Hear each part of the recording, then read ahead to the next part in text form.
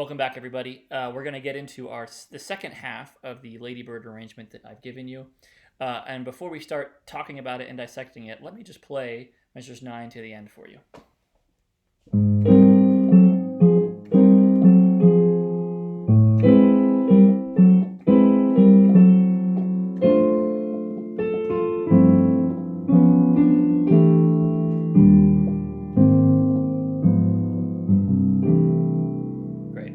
So this section starts off in measure 9 with a chord that we should be very familiar with. It's the 1 chord in a 2-5-1 drop 2 progression in the key of A flat. It's our A flat major 7 drop 2 progression where you have the thirds and sevenths in your thumbs, just the way that I like it. And once again, we see that the melody, which moves a certain way, is followed by a harmonic line underneath it.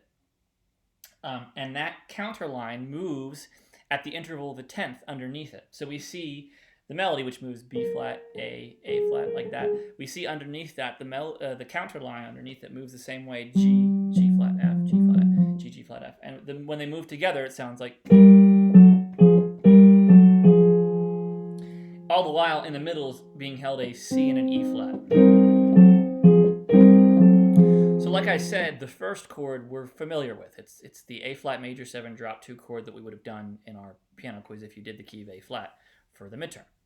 The next two chords, though, in this that are created by the movement of the melody and that counter melody underneath it, that moving voice leading line, we're not familiar with in this class. The second one, where the melody's on an A and the undernote is on an F sharp, doesn't have anything to do with A flat major 7, but instead those notes are passing tones. They go to the resolution, which would be on beat 4 of measure 9, or the and of 2 in measure 10, which is the same chord, where you have F, C, E flat, A flat. Now those notes there, in relation to A flat major, spell an A flat major 6 chord. Well, how do I know that? Well, you have a 6th, which is F, you have a 3rd, which is C, 5th, which is A flat, and the root, which is A flat. Very common way to play a drop 2 A flat major 6 chord.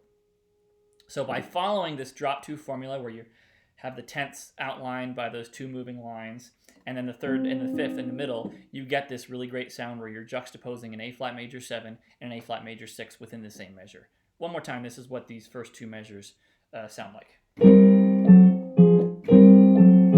Now, the next two measures do something extremely similar. They mirror this strategy. When you see A minor 7 to D7, that's technically what the chord is on the song, but the first chord that you actually play is not A minor 7. It doesn't have anything to do with A minor 7, and you'll see why in a second. Now, I play this chord, you have G sharp, which is the major 7 of A, so it immediately rules out an A minor 7 chord. C, E, B, 3rd, 5th, and 9th of A minor. Now, the way this can be understood is in the context of where it finally resolves. So take the melody. So the melody resolves to an A. So whenever we hit an A, you know you've hit the resolution point for that chord. Well, what chord are you playing? What notes are you playing when you resolve on that A to the melody? Well, you're playing F sharp, C, E, A. F sharp happens to be the 3rd of D. C is the 7th of D, the dominant 7. E is the 9th, and A is the 5th. So you're actually, the whole thing is about finding a way to use drop 2 to resolve to a D7 voicing.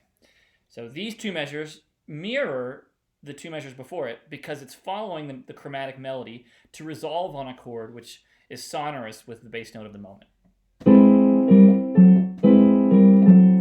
Measure 13, we land on a very simple D minor 7 chord, which is a different type of drop 2 than what we did in class. This is a drop 2 version of a root position D minor 7. And in case you're not following what I mean when I say that, play for a second D, F, A, C, which is a root position D minor 7 chord.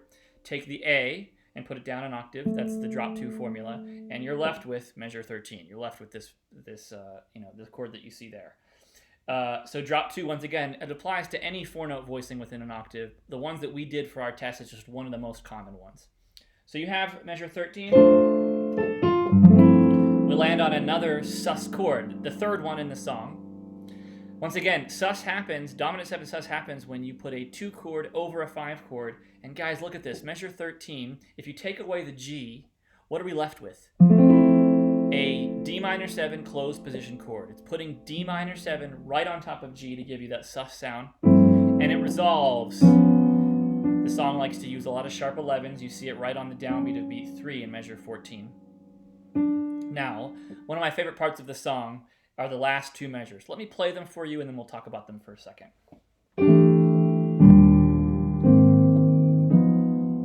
So first off, we start with the 6-9 chord that we started with at the beginning of the song, that quartal voicing where you have a 3rd, 6th, 9, and 5th for C major 7. This jumps to E flat major 7. Now notice how this chord is spelled. You have 5ths in the bottom, 3rd, 7th, 3rd. Beautiful way to voice a major chord in almost any key. If you played, for instance, say G major 7, you followed this same formula. You did root, 5th, 3rd, 7th, 3rd. It's a great way to voice it. E, D flat, B, they all work really well at that exact same formula. And keep that in mind because this will come back in another arrangement later on. But in any case, we play C major 7, E flat major 7, goes to A flat major 7. Once again, 5ths in your left hand. This time we have the 9th and the 3rd a whole step apart in the middle of the voicing. This shape, very common shape that you see in jazz piano, this where you have a whole step in the middle of larger intervals around it. Very common to see that in jazz piano. This A flat major 7 turns into an A flat minor chord, minor major 7 to be exact. Look at the notes we have. We have A flat, F, B, E flat, G. So that would be the root, the 6th, the minor 3rd, the 5th, and the major 7. So it's an A flat minor major 7 chord. And this, of course, leads back to C major. Now, I could have a whole video talking about just about how this progression works at the end. I don't know if I want to get into that now, besides just to say that the last chord is such an interesting chord because it resolves in such a compelling way to C major. Check out the individual notes and how they resolve. The A flat, the root, wants to go to the G of C major 7. The F of A flat minor 7 wants to go to the E of C major 7. The B of A flat minor 7 wants to go to the A of C major 7. The E flat of A minor 7 wants to go to the D, which is on the 9th of C major 7. And of course the G on the top is a common tone. Beautiful voice leading. And for those of you who have studied jazz improvisation, you'll know that when you play a G7 altered chord, that the chord scale theory you can associate with it is A flat melodic minor. Well, what chord are we playing here? A flat minor major 7. There's a correlation there. Suffice to say that this chord progression works really well and finishes very strongly because of the specific resolution of A flat minor 6, which then goes to C 6-9. So, okay, let me play the last 8 measures for you one more time and we'll wrap up.